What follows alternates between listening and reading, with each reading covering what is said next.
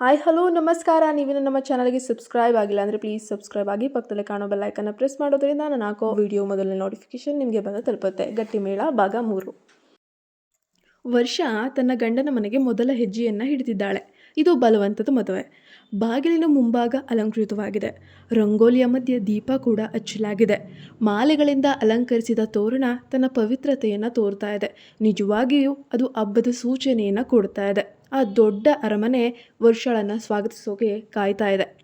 ಆದರೆ ವರ್ಷ ಅವಳ ಮನಸ್ಸಿನಲ್ಲಿ ಖಾಲಿತನವನ್ನು ತುಂಬಿಕೊಂಡು ನಿಂತಿದ್ದಾಳೆ. ಆ ಮನೆ ಅವಳದಲ್ಲ. ಒಳಗೆ ಬಾ ವರ್ಷ, ಒಬ್ಬ ಹೆಣ್ಣು ಧ್ವನಿ ಅವಳಿಗೆ ಕೇಳಿಸ್ತಾ ಇದೆ. ಆದರೆ ಆ ಧ್ವನಿಯಲ್ಲಿ ಸ್ವಾಗತವಿತ್ತೋ ಅಥವಾ ಪರೀಕ್ಷೆ ಇತ್ತೋ ಗೊತ್ತಿಲ್ಲ. ಅವಳ ಕಾಲು ಮುಟ್ಟುವ ಮುನ್ನವೇ ಮನೆಯ ಬಾಗಿಲಿಗೆ ಹಾಲು, ಕುಂಕುಮ, ಅರಿಶಿಣ ಮತ್ತು ಅಕ್ಕಿ ಹಿಟ್ಟಿನ ಪೂಜೆ ಎಲ್ಲವನ್ನ ಮಾಡಲಾಗಿತ್ತು. ತಟ್ಟೆಯ ಮೇಲೆ ಪಾದ ಹಚ್ಚಿ ಒಳಕ್ಕೆ ಕಾಲಿಡಬೇಕಾಗಿರೋ ಸಂದರ್ಭ. ಆದರೆ ವರ್ಷ ಕಾಲನ್ನು ಹತ್ತಿಸೋಕೆ ಹಿಂದೆ ಸರಿದ್ಲು. ಭಯದಿಂದ ನಡುಕ್ತಾ ಇದ್ಲು. ಕುಂಕುಮದಿಂದ ಕಲಸಿದ ಆ ನೀರು ರಕ್ತದಂತೆ ಕಾಣ್ತಾ ಇತ್ತು ಅವಳ ಕಣ್ಣಿಗೆ. ತನ್ನೆಲ್ಲ ಹಾವಭಾವಗಳನ್ನು ಗಮನಿಸ್ತಾನೆ ನಿಂತಿದ್ಲು ಅತ್ತೆ ಶಾರದಾ. ಅವಳ ಧ್ವನಿ ಗಟ್ಟಿಯಾಗಿ ವರ್ಷಾಳ ಮುಖವನ್ನೂ ನೋಡದೆ ಮಾತನಾಡೋಕ್ಕೆ ಶುರು ಮಾಡ್ತಾಳೆ. ಆದರೆ ಆ ಮನೆಗೆ ಹೊಸ ಸೊಸೆ, ತನ್ನ ಮಗನ ಹೆಂಡತಿ ಬಂದಿದ್ದಾಳೆ ಅನ್ನುವಂತಹ ತೃಪ್ತಿ, ಖುಷಿ ಯಾವುದೂ ಕೂಡ ಶಾರದಾ ದೇವಿಯವರ ಮುಖದಲ್ಲಿ ಕಾಣ್ತಾನೆ ಇರಲಿಲ್ಲ. ಕೊನೆಗೂ ಶಾರದಾ ದೇವಿ, ಇನ್ನೆಷ್ಟು ಹೊತ್ತು ಕಾಯೋದು ವರ್ಷ, ಸೇರು ಹೊದ್ದು ಒಳಗೆ ಬಾ, ಮುಹೂರ್ತ ಮೀರಿ ಹೋಗುತ್ತೆ. ಆಕೆಯ ಹೆಜ್ಜೆ ಬದಲಾಗಿ ಮನಸ್ಸು ಮುಂದೆ ಹೋಗುತ್ತೆ. ಆ ಮನೆಯೊಳಗಿನ ಪ್ರತಿಯೊಂದು ಕೊಠಡಿಯೂ ಕೂಡ ಹೊಸ ಪ್ರಶ್ನೆಯಂತೆ ಕಾಣ್ತಾ ಇರುತ್ತೆ. ಮನೆಯ ಒಳಗೆ ಪ್ರವೇಶ ಮಾಡ್ತಿದ್ದ ಹಾಗೆಯೇ ಅತ್ತೆಯ ಮೇಲೆ ಈಕೆಗೆ ಭಯ ಶುರುವಾಗುತ್ತೆ. ಇವನ ತಾಯಿ ನನ್ನನ್ನು ಒಪ್ಪಿಕೊಳ್ತಾರಾ? ಈ ಮನೆಯೆಂಬ ನಾಟಕದಲ್ಲಿ ನನ್ನ ಪಾತ್ರ ಏನು? ಈ ಮನೆಯಲ್ಲಿ ನಾನು ಇರಬಹುದಾ? ಹೀಗೆ ನೂರಾರು ಪ್ರಶ್ನೆಗಳು ಅವಳ ಮನಸ್ಸಲ್ಲಿ ತೂಗಾಡ್ತಾವೆ. ಅಡುಗೆ ಮನೆಯ ಬಳಿ ಇದ್ದ ಶಾರದಾ ಕೈಯಲ್ಲಿ ಕಡಲೆಬೇಳೆ ಹಾಗೂ ಕಾಳಿಗೆ ನೀರನ್ನು ಹಾಕ್ತಾ ಏನೋ ಮಾಡ್ತಿದ್ದಾಳೆ. ನಗುಮುಖದ ನೋಟ ನೋಡಿ ವರ್ಷ ಏನೋ ತಡವಾಗಿ ನಿಟ್ಟುಸಿರು ಬಿಟ್ಲು. ನಿನಗೆ ಈ ಮನೆಯಲ್ಲಿ ಇರೋದಕ್ಕೆ ಇರುಸು ಮುರುಸು ಆಗ್ತಾ ಇರ್ಬೋದು, ಅದು ಎಲ್ಲರಿಗೂ ಆಗುತ್ತೆ, ಅದು ನನಗೆ ಗೊತ್ತು. ಆದರೆ ನಿನಗೆ ಖಂಡಿತ ಈ ಮನೆಯಲ್ಲಿ ಇರಬೇಕು ಅಂದರೆ ತುಂಬ ಸಹನೆ ಬೇಕು. ಮನೆ ಕೆಲಸದವಳು ಶಾರದಾ ದೇವಿಯವರ ಹಿಂದೆ ನಿಂತಿದ್ದಾಳೆ. ಒಂದಿಬ್ಬರು ಸ್ವಚ್ಛತೆ ಮಾಡುವ ಕೆಲಸದಲ್ಲಿ ತೊಡಗಿದ್ದಾರೆ. ಕೇವಲ ಶಾರದಾ ಅವರಿಗೆ ಇನ್ನೊಬ್ಬಳು ಸಹಾಯ ಮಾಡ್ತಿದ್ದಾಳೆ. ಇದೆಲ್ಲ ಯಾಕೆ? ವಯಸ್ಸಾಯಿತು, ಸುಮಾರು 59 ದಾಟಿರ್ಬೋದು, ಆರಾಮಾಗಿರಬಹುದಲ್ವಾ ಅಂತ ಪ್ರಶ್ನೆ ವರ್ಷಾಳಿಗೆ ಮೂಡುತ್ತೆ. ವರ್ಷಾಳಿಗೆ ಯಾಕೋ ಈ ಅಮ್ಮನನ್ನು ನೋಡ್ತಾ ಇದ್ರೆ ಬಹಳ ಘಾಟಿ ಹೆಂಗಸು ಅಂತ ಅನ್ನಿಸ್ತಾ ಇದೆ. ಈ ಮನೆಯಲ್ಲಿ ನನ್ನ ಕತೆ ಹೆಸರಿಗಷ್ಟೇ ಇವಳ ಗಂಡ ಕರ್ಣ. ಅವನ ಕಣ್ಣಲ್ಲಿ ಒಲವಿದೆ, ಆದರೆ ಇವಳ ಹೃದಯದಲ್ಲಿ ಇನ್ನೇ ಕಣ್ಣೀರಿನ ಸುಳಿವು ಬಾಕಿ ಇದೆ. ಇವಳ ಮನಸ್ಸಿನಲ್ಲಿ ಯಾರಾದರೂ ಇದ್ದಾರೋ ಅಥವಾ ಇಲ್ವೋ ಅದು ಗೊತ್ತಿಲ್ಲ. ಅಕ್ಕಪಕ್ಕ ನಿಂತಿದ್ದ ಮನೆಯವರು, ಕೆಲಸದವರು ಕೆಲವರು ಮುಗುಳ್ನಗ್ತಿದ್ದಾರೆ, ಕೆಲವರು ಅವಳನ್ನೇ ದಿಟ್ಟಿಸಿ ನೋಡ್ತಿದ್ದಾರೆ. ಒಳಗೆ ಇದ್ದ ದೇವರ ಕೋಣೆಯಿಂದ ಹೂವಿನ ಪರಿಮಳ ಕೂಡ ಹರಡ್ತಾ ಇದೆ. ಲಲಿತಾ ಸಹಸ್ರನಾಮದ ಮೃದುವಾದ ಪಠಣ ಕೇಳಿ ಕೂಡ ಬರ್ತಾ ಇದೆ. ಶಾರದಾ ತಾತ್ಸಾರದಿಂದ ಹೇಳಿದ ಶಬ್ದ ವರ್ಷಾಳ ಹೃದಯದಲ್ಲಿ ಇನ್ನೂ ಕೊರಿತಾನೇ ಇದೆ. ಇದೀಗ ನೀನು ಈ ಮನೆಯವಳು. ಮೊದಲು ಹೋಗಿ ದೇವರಿಗೆ ತಲೆಬಾಗಿ ನಮಸ್ಕಾರ ಮಾಡಿ ಆಮೇಲೆ ಅಡುಗೆ ಕೋಣೆಯೊಳಗೆ ಬರಬೇಕು, ತಿಳಿತಾ? ಇದನ್ನೆಲ್ಲ ನಿನ್ನ ತಾಯಿ ನಿನಗೆ ಹೇಳ್ಕೊಡ್ಬೇಕಿತ್ತು. ನಿನಗೆ ಹೇಳ್ಕೊಟ್ಟಿಲ್ವಾ ಅಂತ ಕರ್ಣನ ತಾಯಿ ಕೇಳೇ ಬಿಟ್ಲು.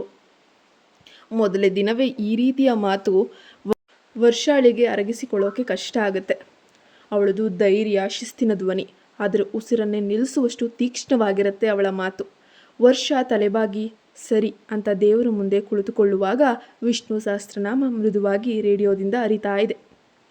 ನೈವೇದ್ಯದ ಪ್ಲೇಟ್ ಕೂಡ ಸಜ್ಜಾಗಿದೆ. ತುಳಸಿ, ಪುಷ್ಪ, ಹೂವು, ತಂಪಾದ ಹಾಲು, ಸಕ್ಕರೆ ಹಾಗೂ ಹೊರ ಬಾಗಿಲಲ್ಲಿ ಕಾಲು ಹಾಕಿ ನಿಂತಿದ್ದಾಳೆ ಅತ್ತೆ. ವರ್ಷ ಕೆಂಪು ಸೀರೆಯನ್ನು ಹುಟ್ಟಿದ್ದಾಳೆ. ನಗೆಯ ನಡುವೆ ಗೊಂದಲದಿಂದ ಕಣ್ಣಲ್ಲಿ ನೀರು ಕೂಡ ಬರ್ತಾ ಇದೆ. ಭಯ ಇದೆ. ದೇವರ ಮಂದಿರದಲ್ಲೇನೋ ದೀಪ ಪ್ರಜ್ವಲಿಸ್ತಾ ಇದೆ. ಪೂಜೆ ಮುಗಿಸಿ ಅವಳ ಹೆಜ್ಜೆಯ ಪ್ರತಿಧ್ವನಿ ಮನೆಯಲ್ಲೆಲ್ಲ ಹರಡ್ತಾ ಇದೆ. ಅವಳು ಕಾಲಿಗೆ ಕಟ್ಟಿದ ಗೆಜ್ಜೆ ಅವಳ ಇರುವಿಕೆಯನ್ನು ತೋರಿಸ್ತಾ ಇತ್ತು. ಕರ್ಣ ತಳಮಳದಿಂದ ಎದ್ದು ನಿಂತ.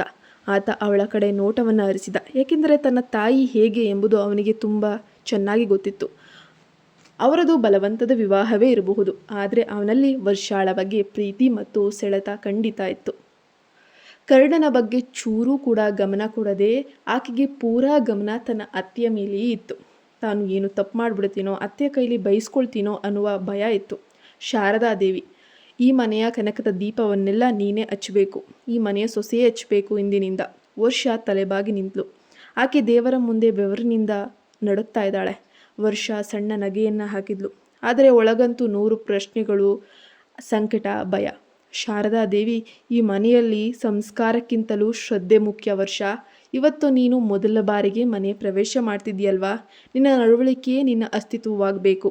ನಿನಗೆ ತುಂಬ ಸುಸ್ತಾಗಿದೆ ಅಂತ ಕಾಣುತ್ತೆ, ಹೋಗು, ಇನ್ನು ರೆಸ್ಟ್ ಮಾಡಬಹುದು. ಹಾಗೆ ಹೇಳಿದ್ದೇ ತಡ. ವರ್ಷಾಳಿಗಂತೂ ಜೀವ ಬಂದ ಹಾಗಾಯಿತು. ಕರ್ಣನ ರೂಮನ್ನು ಹುಡುಕ್ತಾ ಇದ್ಲು. ಕೊನೆಗೂ ಯಾವುದೋ ಒಂದು ರೂಮ್ಗೆ ಹೋಗಿ ಸೇರ್ಕೊಳ್ತಾಳೆ. ಕರ್ಣ ದೂರದಲ್ಲಿ ನಿಂತು ಅವಳನ್ನು ನೋಡುವ ದೃಷ್ಟಿ ಪ್ರೀತಿಯ ಕವಚದಂತೆ ಕಾಣ್ತಿದೆ. ಆದರೆ ಹೇಳೋಕೆ ಮಾತುಗಳಿಲ್ಲ.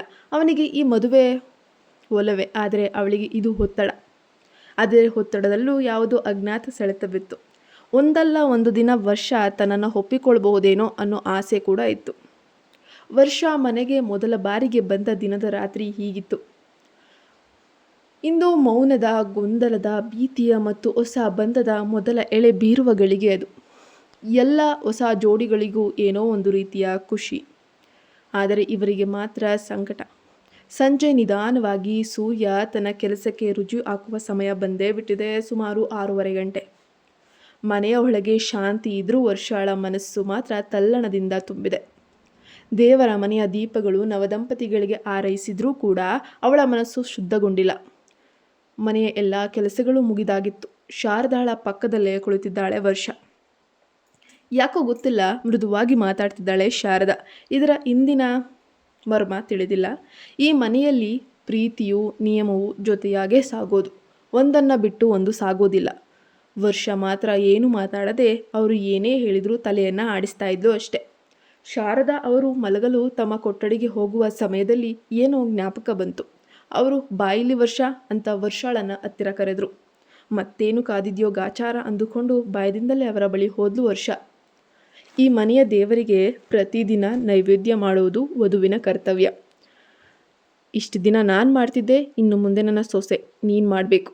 ಆದ್ದರಿಂದ ನಿನ್ನ ಕೈ ರುಚಿ ಎಲ್ಲರಿಗೂ ಗೊತ್ತಾಗಬೇಕಲ್ವಾ, ಮಾಡ್ತೀಯ ತಾನೇ ಅಂದಾಗ ಸರಿ ಅಮ್ಮ ಅಂತ ಹೇಳ್ತಾಳೆ. ವರ್ಷ ನಿಧಾನವಾಗಿ ತನ್ನ ಕೋಣೆಯತ್ತ ನಡೀತಿದ್ಲು. ಅವಳಿಗಂತೂ ತುಂಬ ಸುಸ್ತಾಗಿತ್ತು. ಈ ಮದುವೆ ಜಂಜಾಟದಲ್ಲಿ ರೆಸ್ಟ್ ತಗೊಳ್ಳೋದೇ ಮರೆತೋಗಿತ್ತು. ಜೊತೆಗೆ ಹತ್ಯೆಯ ಭಯ ಬೇರೆ. ಮನೆಯ ಹಿಂದಲೆಯಿಂದ ಕಾರಂಜಿಯ ನೀರಿನ ಶಬ್ದ ಮಾತ್ರ ಚೆನ್ನಾಗಿ ಜುಳು ಅಂತ ಕೇಳಿಸ್ತಾ ಇತ್ತು. ಕೋಣೆಯ ಬಾಗಿಲು ತೆರೆದೇ ಇದೆ.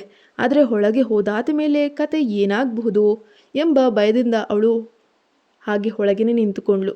ಅವಳ ದೇಹ ಬಿಸಿಯಾಗಿದೆ ಹಾಗೂ ನಡುಗ್ತಾ ಇದೆ. ಆಗ ಒಳಗಿನಿಂದ ಕರ್ಣನ ಧ್ವನಿ ಬರುತ್ತೆ. ನೀನು ಯಾವುದಕ್ಕೂ ಹೆದರಬೇಕಾಗಿಲ್ಲ. ನಿನಗೆ ಇಷ್ಟವಿಲ್ಲದ ಕೆಲಸ ಇಲ್ಲಿ ಯಾವುದು ನಡೆಯೋದಿಲ್ಲ. ನಿನ್ನ ಪಾಡಿಗೆ ನೀನು ಆರಾಮವಾಗಿ ಇರಬಹುದು. ನನ್ನಿಂದ ನಿನಗೆ ಯಾವುದೇ ತೊಂದರೆ ಆಗೋದಿಲ್ಲ, ಪ್ರಾಮಿಸ್ ಅಂತ ಹೇಳಿದ. ಹಾಗೆ ಮಾತಾಡ್ತಾ ಅವನು ಬಾಗಿಲನ್ನು ಕೂಡ ಮುಚ್ಚಿದ. ಕರ್ಣನು ಅವಳತ್ತ ನೋಡುತ್ತಾ, ಈ ಕೋಣೆ ನಿನಗೆ ಹೊಸದೇ ಇರಬಹುದು, ಆದರೆ ನೀನು ಮನಸ್ಸು ಮಾಡಿದರೆ ಈ ಸ್ಥಳ ಖಂಡಿತ ನಿನ್ನದಾಗತ್ತೆ. ಅವನು ಅವಳ ಕೈಗೆ ಒಂದು ಉಂಗುರವನ್ನು ಕೂಡ ಹಾಕ್ತಾನೆ. ಅದು ಸ್ನೇಹದ ಸ್ಪರ್ಶವಿತ್ತು. ಅದರಲ್ಲಿ ಯಾವುದೇ ಕಪಟವಿರಲಿಲ್ಲ, ಒತ್ತಾಯವೂ ಇರಲಿಲ್ಲ. ಹೀಗೆ ಒಬ್ಬರನ್ನೊಬ್ಬರು ನೋಡುತ್ತಾ ನಿಂತಿರುವಾಗ ರಾತ್ರಿ ನಿಶಬ್ದವಾಯಿತು. ಕೇವಲ ಯಾವುದೋ ಹುಳು ಗುಯ್ಗುಡುವ ಶಬ್ದ ಮಾತ್ರ ತುಂಬ ಚೆನ್ನಾಗಿ ಕೇಳಿಸ್ತಾ ಇದೆ. ಮನೆ ಮಂದಿಯೆಲ್ಲ ಮಲಗಿಬಿಟ್ಟಿದ್ದಾರೆ. ಆದರೆ ಅವಳೊಳಗಿನ ಪ್ರಶ್ನೆಗಳು ದನಿ ಮಾಡ್ತಾನೇ ಇದೆ. ಇದು ನಿನ್ನ ಬಲವಂತದ ಮದುವೆ ಅಂತ ಪ್ರತಿಕ್ಷಣ ಎಚ್ಚರಿಸ್ತಾನೇ ಇದೆ. ಅವನ ಸ್ಪರ್ಶ ಶೀತವೇರಿಸ್ತಿತ್ತು, ಆದರೆ ಒಳಗಿನ ಬಿಸಿ ಮೂಡ್ತಾ ಇತ್ತು. ರಾತ್ರಿ ನಿಶಬ್ದತೆಯ ಪಟದಲ್ಲಿ ಬೆಳಗಿನ ಮೊದಲ ಬಿರುಗಾಳಿ ಕಿಟಕಿ ಬಾಗಿಲನ್ನು ತಳ್ಳಿದಂತೆ ಮುಚ್ಚಿದ ಕೋಣೆಯ ತಂಪನ್ನು ತೂರಿಕೊಳ್ತಾ ಇದೆ. ಕರ್ಣನಿಗೂ ಕೂಡ ಸ್ವಲ್ಪ ಇರಿಸು ಮುರಿಸೆ, ನನ್ನಿಂದಾಗಿ ಅವಳಿಗೇನಾದರೂ ಕಷ್ಟ ಆದರೆ ಅಂತ. ಹಾಗಾಗಿ ತನ್ನ ಹಾಸಿಗೆಗೆ ಬದಿಯಲ್ಲಿ ಕುಳಿತಿದ್ದಾನೆ. ಆಕೆ ಏನಾದರೂ ಹೇಳಬಹುದೇನೋ ಅನ್ನುವ ಹಂಬಲದಲ್ಲಿ. ವರ್ಷ ಹಾಸಿಗೆಯ ತುದಿಯಲ್ಲಿ ಕುಳಿತುಕೊಂಡಿದ್ದಾಳೆ. ಅವಳು ಕೂಡ ಕೈಲಿ ಯಾವುದೋ ಒಂದು ಹಳೆಯ ಡೈರಿಯನ್ನು ಇಟ್ಕೊಂಡಿದ್ದಾಳೆ. ವರ್ಷ, ನೀನು ನಗಬೇಕು ಅಂತ ಏನಿಲ್ಲ, ಆದರೆ ನಗುತ್ತಾ ನೋಡಿದರೆ ನಿನ್ನೊಳಗಿನ ಗಂಭೀರತೆಗೂ ಒಂದು ರೂಪ ಸಿಗುತ್ತೆ ಅನಿಸುತ್ತೆ. ಹೀಗೆ ಕೋಪ ಮಾಡಿಕೊಂಡ್ರೆ ಯಾರಿಗೂ ಯೂಸ್ ಇಲ್ಲ. ವರ್ಷ ಅವನನ್ನು ಗರವಾದ ಕಣ್ಣಿನಿಂದ ನೋಡಿದ್ಲು. ಅವನ ಮಾತು ಯಾಕೋ ಗೊತ್ತಿಲ್ಲ, ಅವಳು ಮೊದಲ ಬಾರಿಗೆ ಒಂದು ಮುಗುಳ್ನಗೆಯನ್ನು ಬೀರ್ತಾಳೆ. ಆ ನಗು ಕರ್ಣನ ಹೃದಯದಲ್ಲಿ ಬಯಕೆಯ ಮೊದಲ ಕಿರಣವಾಗತ್ತೆ. ಮದುವೆಯಾಗುವವರೆಗೂ ಸರಿಯಾಗಿ ಕಣ್ಣಲ್ಲಿ ಕಣ್ಣಿಟ್ಟು ನೋಡದ ಹುಡುಗಿ ಇವತ್ತು ನಗ್ತಿದ್ದಾಳೆ ಅಂದರೆ ಅವನಿಗೂ ಕೂಡ ಖುಷಿಯಾಗತ್ತೆ. ಹಾಗೆ ಇಬ್ಬರು ನಿದ್ದೆಗೆ ಜಾರೇ ಬಿಟ್ರು. ಬೆಳಗಿನ ಪೂಜೆ ಮುಗಿದಿತ್ತು. ವರ್ಷ ಪಾಯಸ ಕೂಡ ತಯಾರಿಸಿದ್ಲು. ಶಾರದಾದೇವಿಗೆ ನೈವೇದ್ಯ ನೀಡುವ ಮೊದಲ ಅವಕಾಶ. ಒಂದು ಚಮಚ ಪಾಯಸ ಬಾಯಿಗೆ ಹಾಕಿದ್ರೂ ಮರುಕ್ಷಣ ನಿಶಬ್ದ. ಏನಾಗಬಹುದು ಎನ್ನುವ ಕುತೂಹಲ ಪ್ರತಿಯೊಬ್ಬರಲ್ಲೂ ಕೂಡ ಇತ್ತು. ಈ ರುಚಿ ವಾಸ್ತವವಾಗಿ ಶುದ್ಧವಾಗಿ ನಿಜವಾದ ಶ್ರದ್ಧೆಯಿಂದ ಬಂದ ರುಚಿಯಾಗಿದೆ. ಅವಳು ಮೊದಲ ಬಾರಿಗೆ ಶಾರದಾದೇವಿಯ ಕಣ್ಣುಗಳಿಂದ ಒಪ್ಪಿಕೊಳ್ಳುವಂತಹ ನೋಟ, ಅವರ ಮುಖದಲ್ಲಿ ಖುಷಿ ಸಂತೋಷವನ್ನ ಕಂಡ್ಳು. ಅವರು ವರ್ಷಾಳ ತಲೆಯ ಮೇಲೆ ಕೈಯನ್ನು ಇಟ್ಟು ಹೇಳ್ತಾ ಇದ್ದಾರೆ, ನೀನು ಈ ಮನೆಯಲ್ಲೇನೋ ತೀರಾ ಹೊಸಬಳು, ಆದರೆ ನಿನ್ನ ಅಡಿಗೆ ಬಹಳ ರುಚಿಯಾಗಿದೆ. ಇದೇ ರೀತಿಯಾಗಿ ಅಡಿಗೆ ನಾನು ಕೂಡ ಮಾಡೋದು ಅಂತ ಹೊಗಳಿದ್ರು. ಅಡುಗೆ ಮನೆಯಿಂದ ಆಚೆ ಹೊರಟರು. ಆಚೆಯಿಂದ ಇದನ್ನೆಲ್ಲ ಗಮನಿಸ್ತಿದ್ದಂತಹ ಕರ್ಣ ತುಂಬ ಅಂದರೆ ತುಂಬ ಖುಷಿಪಟ್ಟ. ವರ್ಷಾಳಿಗೆ ಏನೋ ಸಾಧಿಸಿದ ಭಾವನೆ. ದೇವರ ಪ್ರಸಾದವನ್ನು ನೈವೇದ್ಯ ಮಾಡಿ ಎಲ್ಲರೂ ಕೂಡ ಕಾಫಿ ಆಗಿ ಬೆಳಗಿನ ಉಪಹಾರಕ್ಕಾಗಿ ಕಾತು ಕುಳಿತಿದ್ರು. ಕೆಲವರು ಆಫೀಸಿಗೆ ಹೊರಡಬೇಕು, ಇನ್ನು ಕೆಲವರು ಕಾಲೇಜಿಗೆ ಹೊರಡಬೇಕು. ಎಷ್ಟೊತ್ತಿಗೆ ಬ್ರೇಕ್ಫಾಸ್ಟ್ ಸಿಗುತ್ತೆ ಅಂತ ಕಾಯ್ತಾ ಕುಳಿತಿದ್ದಾರೆ ಮೇಜಿನ ಮೇಲೆ. ರುಚಿ ರುಚಿಯಾಗಿ ಶಾವಿಗೆ, ಉಪ್ಪಿಟ್ಟು, ಇಡ್ಲಿ, ಸಾಂಬಾರು, ವಡೆ, ಇವತ್ತು ಭಾರಿ ಭೋಜನವೇ ತಯಾರಾಗಿ ಕುಳಿತಿತ್ತು. ಹೀಗೆ ತಿನ್ನುತ್ತಾ ಕರ್ಣನ ತಂಗಿ ಸಾನ್ವಿ, ಅಣ್ಣ ಹನಿಮೂನ್ಗೆ ಯಾವ ಜಾಗಕ್ಕೆ ಹೋಗ್ತಾ ಇದ್ದೀರಾ? ಅದು ನಾವಿನ್ನೂ ಡಿಸೈಡ್ ಮಾಡಿಲ್ಲ, ಈಗ ಸ್ವಲ್ಪ ಕೆಲಸ ಇರೋ ಕಾರಣ ನೋಡೋಣ ಅಂದ್ಕೊಂಡಿದ್ದೀನಿ. ಕರ್ಣನ ಅಣ್ಣ ಸಮಂತ್, ಅದೇನು ಕೆಲಸ ಇದ್ದರೂ ನಾನು ನೋಡ್ಕೊಳ್ತೀನಿ. ನೀನು ನಾಳೆ ಹನಿಮೂನ್ಗೆ ಹೋಗ್ತಿದೀಯಾ ಅಷ್ಟೇ. ಅಟ್ಲೀಸ್ಟ್ ನಮ್ಮ ತೋಟದ ಮನೆಗಾದರೂ ಹೋಗಿ ಒಂದು ವಾರ ಇದ್ದು ಬರಬಹುದಲ್ವಾ? ನಿಮಗೂ ಕೂಡ ಒಂದು ಪ್ರೈವಸಿ ಸಿಗುತ್ತೆ ಅಲ್ವಾ ಅಂದಾಗ ಕರ್ಣ ಮುಂದೆ ಇನ್ನೇನು ಮಾತನಾಡದೆ ಸರಿ ಅಂತ ಒಪ್ಕೊಳ್ತಾನೆ. ಆದರೆ ವರ್ಷಾಳ ಮುಖವನ್ನು ನೋಡಿದಾಗ ಅವಳು ಯಾವುದೇ ರೀತಿಯ ಭಾವನೆಗಳನ್ನು ವ್ಯಕ್ತಪಡಿಸಲ್ಲ. ತನ್ನ ಪಾಡಿಗೆ ತಾನು ಎಲ್ಲರಿಗೂ ಕೂಡ ಊಟವನ್ನು ಬಡಿಸ್ತಾ ಇರ್ತಾಳೆ. ನೋಡೋಣ ಮುಂದುವರೆದ ಭಾಗದಲ್ಲಿ ಏನಾಗಬಹುದು. ಇಬ್ಬರು ಕೂಡ ತೋಟದ ಮನೆಗೆ ಹೋಗ್ತಾರಾ ಹೋಗಲ್ವಾ? ವರ್ಷಾಳ ಮನಸ್ಸು ಬದಲಾಗತ್ತಾ? ಕರ್ಣನನ್ನು ಒಪ್ಕೊಳ್ತಾಳ? ನೀವಿನ್ನೂ ನಮ್ಮ ಚಾನಲ್ಗೆ ಸಬ್ಸ್ಕ್ರೈಬ್ ಆಗಿಲ್ಲ ಅಂದರೆ ಪ್ಲೀಸ್ ಸಬ್ಸ್ಕ್ರೈಬ್ ಆಗಿ ಸಪೋರ್ಟ್ ಮಾಡಿ ಸ್ನೇಹಿತರೆ. ಪಕ್ಕದಲ್ಲೇ ಕಾಣೋ ಬೆಲ್ ಐಕನ್ನ ಪ್ರೆಸ್ ಮಾಡೋದ್ರಿಂದ ನಾನು ಹಾಕೋ ಮೊದಲನೇ ವಿಡಿಯೋ ನೋಟಿಫಿಕೇಷನ್ ನಿಮಗೆ ಬಂದು ತಲುಪುತ್ತೆ. ಆದಷ್ಟು ಬೇಗ ಮುಂದಿನ ವಿಡಿಯೋದಲ್ಲಿ ಭೇಟಿ ಆಗ್ತೀನಿ. ಅಲ್ಲಿವರೆಗೂ ಮಿಸ್ ಮಾಡ್ಕೊಳ್ತಾನೆ ಇರಿ. ಧನ್ಯವಾದ.